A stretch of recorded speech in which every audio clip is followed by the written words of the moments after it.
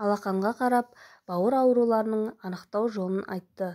Біздің бауырымыз майлы тағамдардан, қанттан, қабылданған дәрілерден және де жаман әдеттерден зардап шегеді.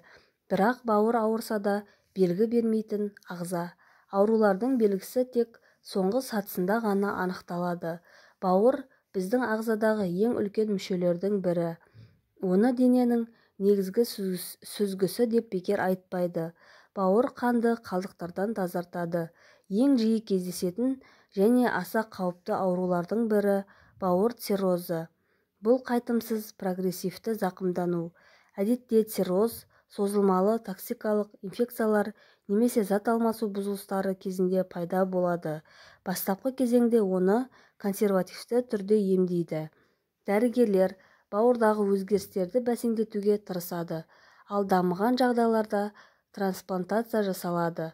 Бұл ауру кейде мүлде басқа белгілермен көрінеді. Сонымен қатар оның бірі алақанның қызаруы. Тағы бір белгісі алақандағы тамырлы тордың пайда болуы. Олар қар белгісі немесе жұлдызға ұқсайды. Жұлдызды өрнектер әдетте анық көрінеді. Алақан қызарса, бұл капиллярлардың кішкентай қан тамырларының кеңейгенін білдіреді. Бауырдың ауырып жатқанын тағы қалай түсінуге болады? Терінің немесе көздің ағының сарғаюы, әлсіздік, нәжістің бозарып, зәр қара түсті болады. Дененің ісінуі пайда болады. Денсаулықтарыңыз мықты болсын.